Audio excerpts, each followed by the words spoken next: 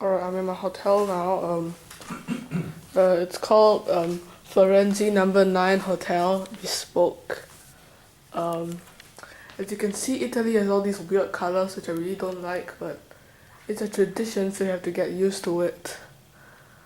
And they kind of look pretty casual. This is my dad, as you might recognize now. And right now he's doing his work. Okay. Best trading system. Watch and learn the trading system or New York Post 1000 CNBC, CBS News. Kahin likes this, and then Anthony Wong is on the web, and there's Wee Yao Tan. Oh, Wee Yao, the hiking leader. Okay, now let's explore my room. That's my father's room. So now let's go to our room. Alright. This is my this is the living room. Okay. This is the dining table. I have my meals here. And this is our bedroom. You can see this double bed is very cool. And this is the bathroom. And this is the shower.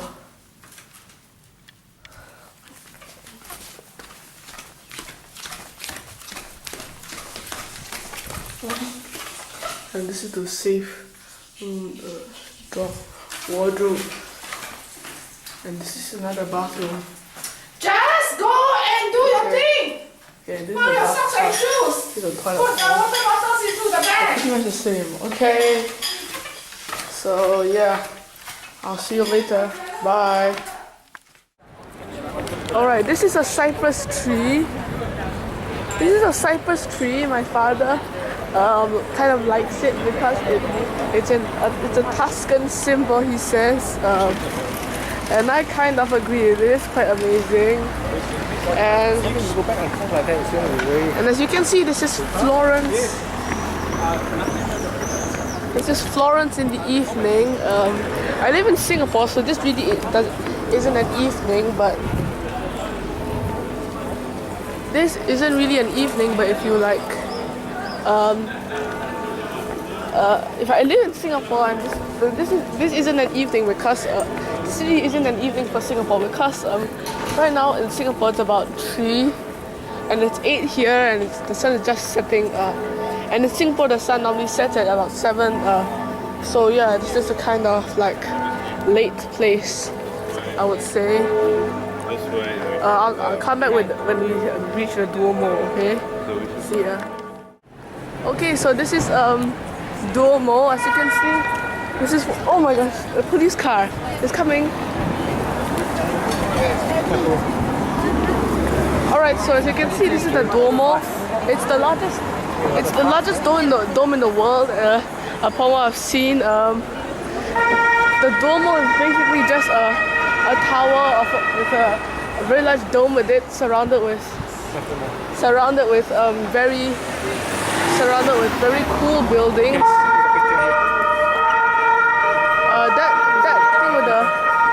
That thing with the big dome is the Duomo. And over here is the bell tower. We climbed it first because I thought it was pretty tall, but the Duomo is also pretty exciting. Yeah, so as I said, I thought this tower was the tallest, but was overshadowed by this Duomo. So this is the bell tower. I thought it was the tallest. And we just had a tour guide today. We had some of these buildings around here, and this is the baptistry around. It's a very old thing. Oh my! And this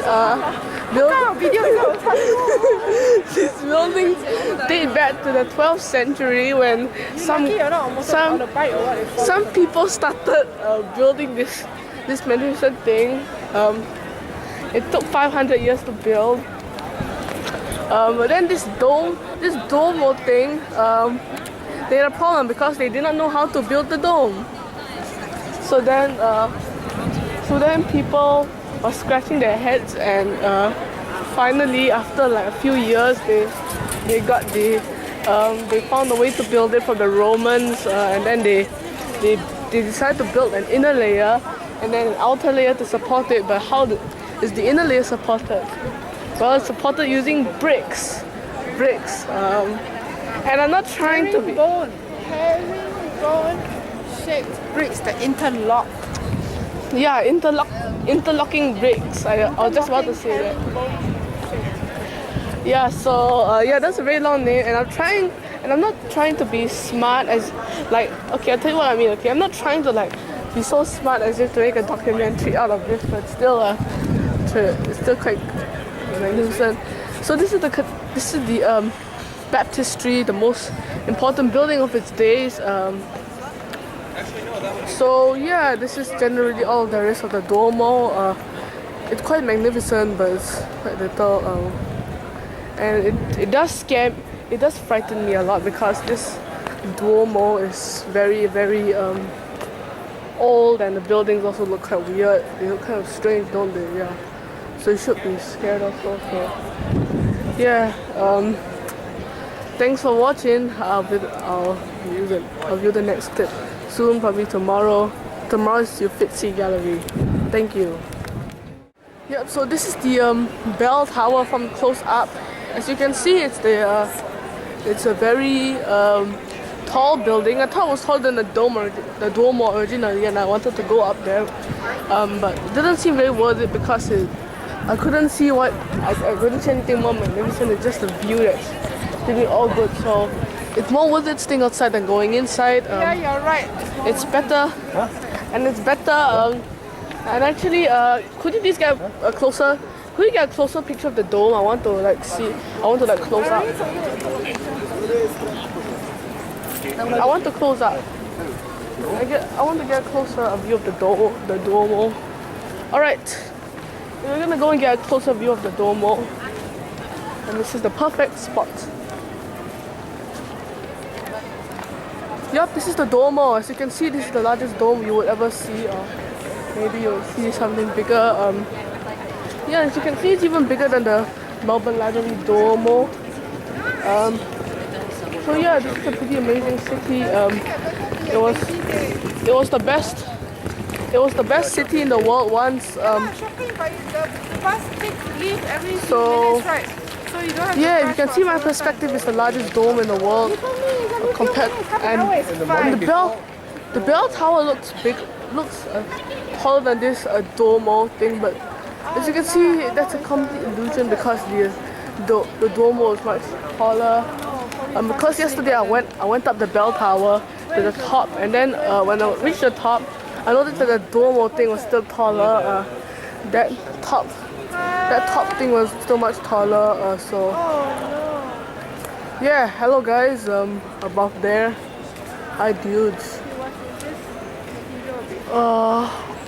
Yeah. So oh man, this blue. Oh man. This lighting thing coming down. I don't know what it is, but I like it. As you can see, it's a very cool thing. I wish I had it and I could bring it back to Singapore. So yeah. See you when I have more exciting clips. One, let's look at the Duomo, and it's actually quite near our hotel, so we could actually get some videos of this every day, but you can just Let's go look at the sign. Maybe that one tells you about us. So yeah, see you when I find something interesting. Bye. Oh, sorry. Alright, so this is the Duomo. Last look at the... No, this is the Campanile. I mean the bell tower. Let's look at the bell tower. And this is the Campanile, my father says, and I have no idea what this is, and you're walking back to the hotel now, so... Yeah, see you on... good night. Hello, this is Florence in the day. As you can see, it looks pretty normal, but the colors are still very strange. And you be prepared to hear some noise here because this is a noisy construction site. At my own home in Singapore, I'm the only source of noise pollution, but now you will have the chance to hear something. You have the chance to hear an example of noise pollution not involving me. Okay? Let's hope we hear something. Wait. What? Stop. Oh, sorry. Alright, let's go. My pants. Okay, so this is Florence in a day. You probably would hate to see these weird colors, but even I'm getting used to it now.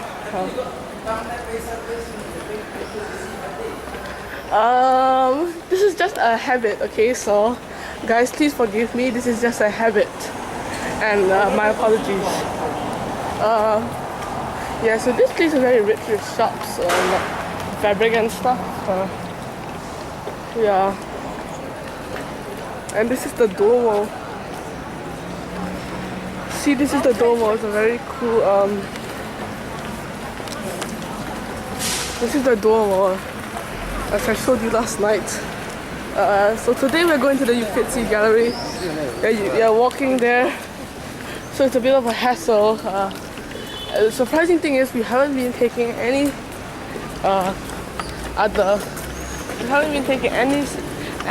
proper transport ever since we came here. Besides a taxi which brought us from the airport to Firenze number 9 hotel.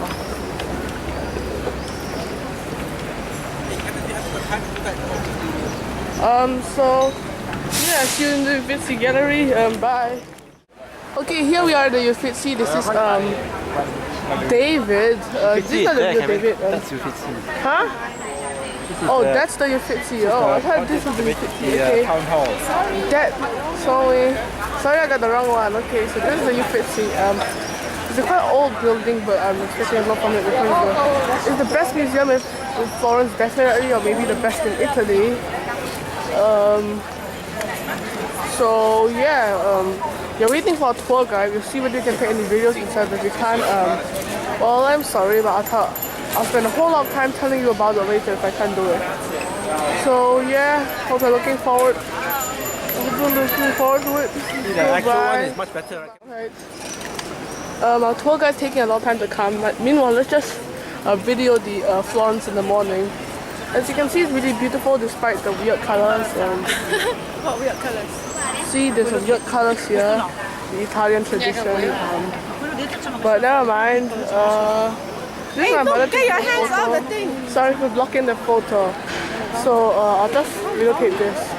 This is Perseus beheading Medusa, and this is from Percy Jackson. The first time I heard about this was from Percy Jackson.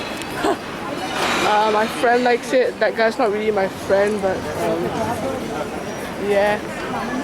So this is David. As you can see, okay. He has a boner. He has quite a big boner, but the original one inside the other museum, the Rio Museum, the Academia Museum, he has a bigger boner because he's more tense. And the person who did it, who's called Thomas Angelo, he made Thomas Angelo. Thomas Angelo, yes, he's called Thomas Angelo, right? No, it's not. Who is it? No idea. Alright, so yeah, he expressed David's emotions more tense. He expressed it more extremely, and then David kind of got a boner because when you're tense you get a bonus generally it's like, okay, imagine this. Your dick is the normal size, and then suddenly it begins growing rapidly, elongating until you see your blood vessels. This is maybe when you get tense for many other reasons. It could be for no reason also. Like last night I had a boner when I was sleeping for no reason, and I had no dreams. So yeah, it's this is called a boner when your dick grows rapidly. But boners normally recover and they get back to the normal size in a matter of seconds if you don't do anything to them. And you Chop it off. Then there's another thing you can do. Hold it in, okay? Oh, you Hold it can? between your crotch. Hold it. Hold it in between the crotch. You sure? Does it work? Yeah. You tried it, eh? Better show your father. He doesn't even know how to do it. Alright then, have you got a boner before? Hey, Kevin, not so close up. Sorry. You see all his pimples, you better not. And the fat paws. And this guy is called Thor. This guy here, who is he? This guy here. Neptune lah. Oh, Neptune, not Thor. He's the Hey, look god at of the that girl with the pink seas. hair. He's the god of the seas, I think. Mama told me last night. He controls the sea. He controls tsunamis and stuff. But then not to do No, hang on. He's not. In the Roman god, he's called Neptune, but in Greek, he's called Poseidon. Okay. Oh yes, the Percy Jackson. See, Percy Jackson. Oh, there's a vehicle coming. Okay, so this is Perseus beheading Medusa. I don't think Medusa is mentioned in Percy Jackson. Actually, I don't even know, but yeah. So hope you have a fun time in there. Hope you appreciate Italy. And don't worry about the weird colors. You get used to them. So if you can't get used to them, you need to take pills. You need to take Italian pills. So. Yeah, never mind. Anyway, let's hope you have a good time and wish me luck. Okay, so I'm in the Uffizi Gallery now. This is our tour guide. Painting. Yes, yeah. Yes. Okay, let's go into some of our paintings. Plaster. There's sculptures here, as you can see. This gallery is pretty amazing. With Tourists have been for it, but we only have about 10 minutes left. Plaster dries. Plaster dries. I'll put the rest later. Which is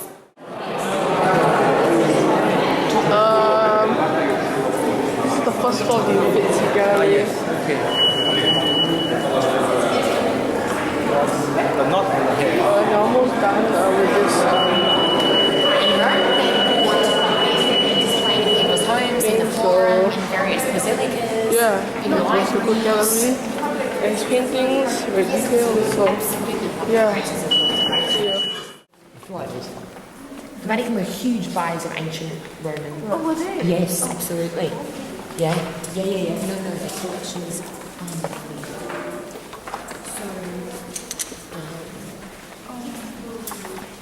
to imagine that basically, do you know why? Because I know you're probably thinking of religion, because the greater the collection, the greater you are. It was absolutely a reflection of that's right. Very cool.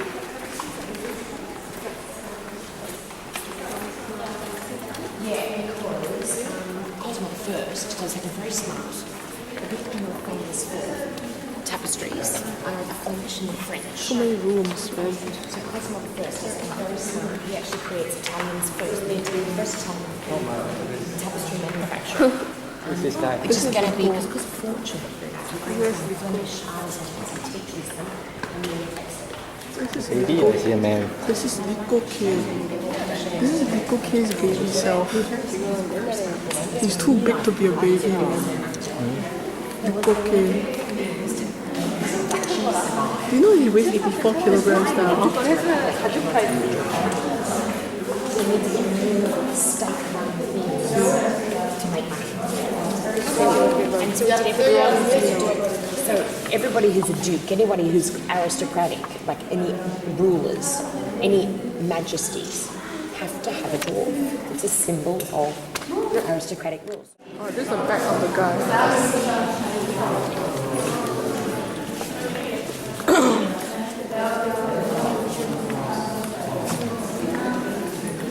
Oh, and this is the Jesus Christ.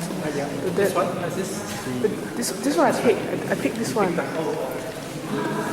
Ask them yeah, they're too slow. That's Cosmo's one.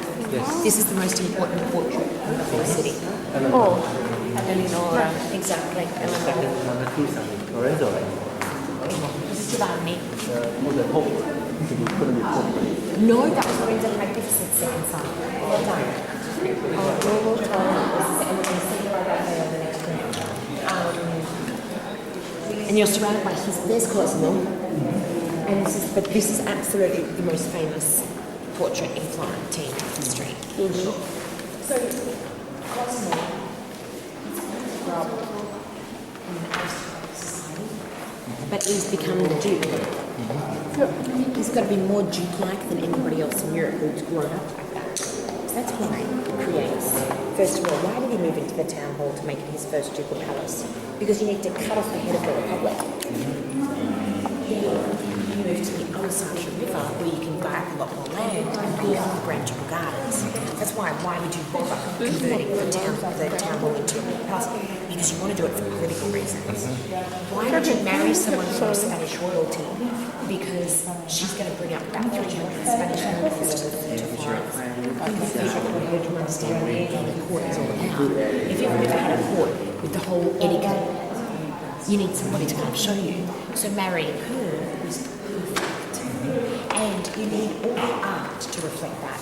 Do you feel now that there's a sense of coldness and separation, distance? When looking at this, exactly. You do not get warm and fuzzies when looking at this. She's not going to kind of look at you and smile. That's deliberate because she is not like you. She is your duchess, and you are her subjects. Whereas before, it portrayed her in a Republican period, like the Republican. Devastation and emotion. This wonderful sense of how can you tell that we're in the 1500s here? Well, overuse of emotion is wonderful. Look at bringing you it. They're actually negating its anti-classical. Bronzino is no longer in the Renaissance. We call it mannerism, and it's when they actually stop using a lot of things that I've been mentioning.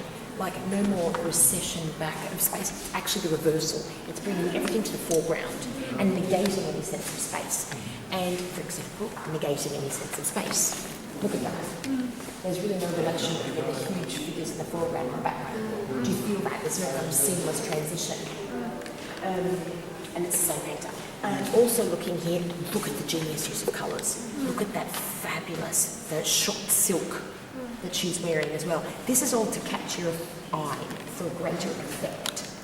Mannerism is coming from the word manner, where you feel even more than ever the hand of the artist. So you can see the artificial take here of the colours, but that heightens your experience with the work.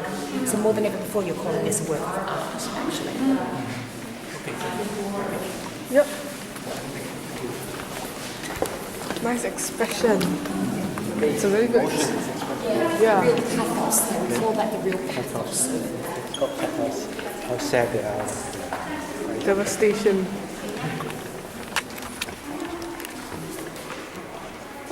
Here's your Giovanni, Pope Leo X.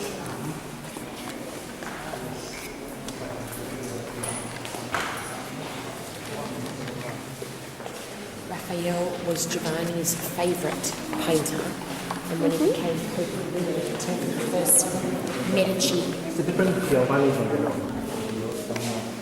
Different Giovanni.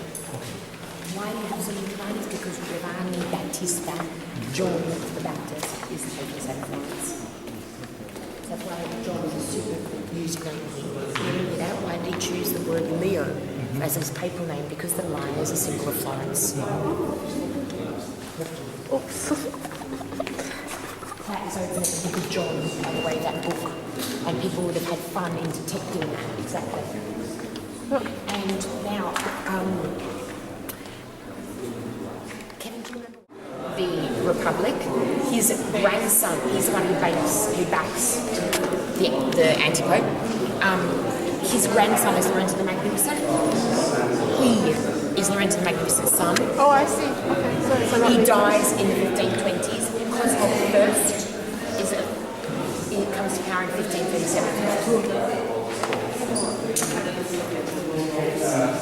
The problem is, in your mind right now, the two Cosmos. Yeah.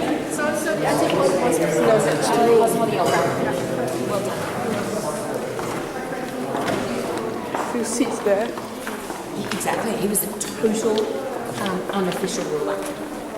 So in fact, that's why we call it 1534 was the date at the beginning of his crypto monarchy.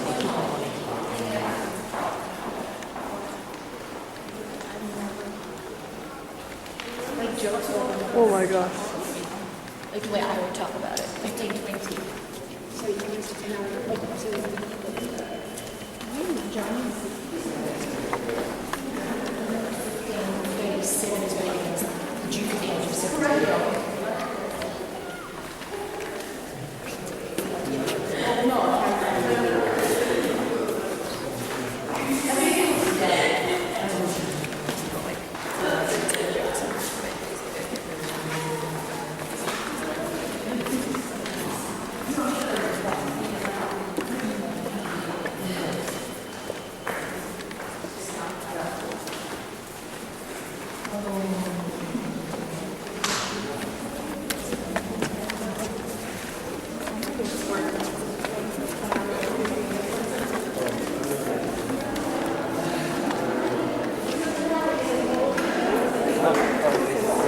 Where? You said there is absolutely no decoration on the ceilings. Only upstairs is the art. Next is the one.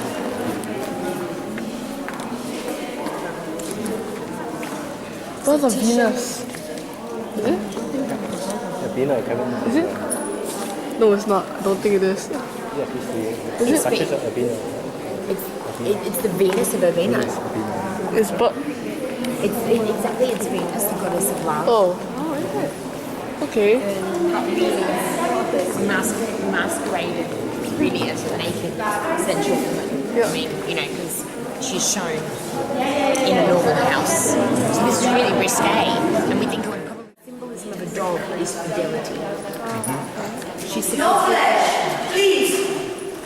Please check your camera before shooting. Please. That background is exactly what a house would look like. You don't hang any clothes, you put it in chests. And you've got tapestries on the wall, if you're a wealthy person. And then the rose is for purity, so it's sensual. Do you see that? Bottom left, top right. And look at the flesh. Unlike Michelangelo, who didn't blend his colours or to create a sense of real harshness almost. Look at Titian. Look at those pink knees. Look at the white flesh and the shades from blue to bright red. That. And look at the golden hair. That is actually called Titian's red nowadays.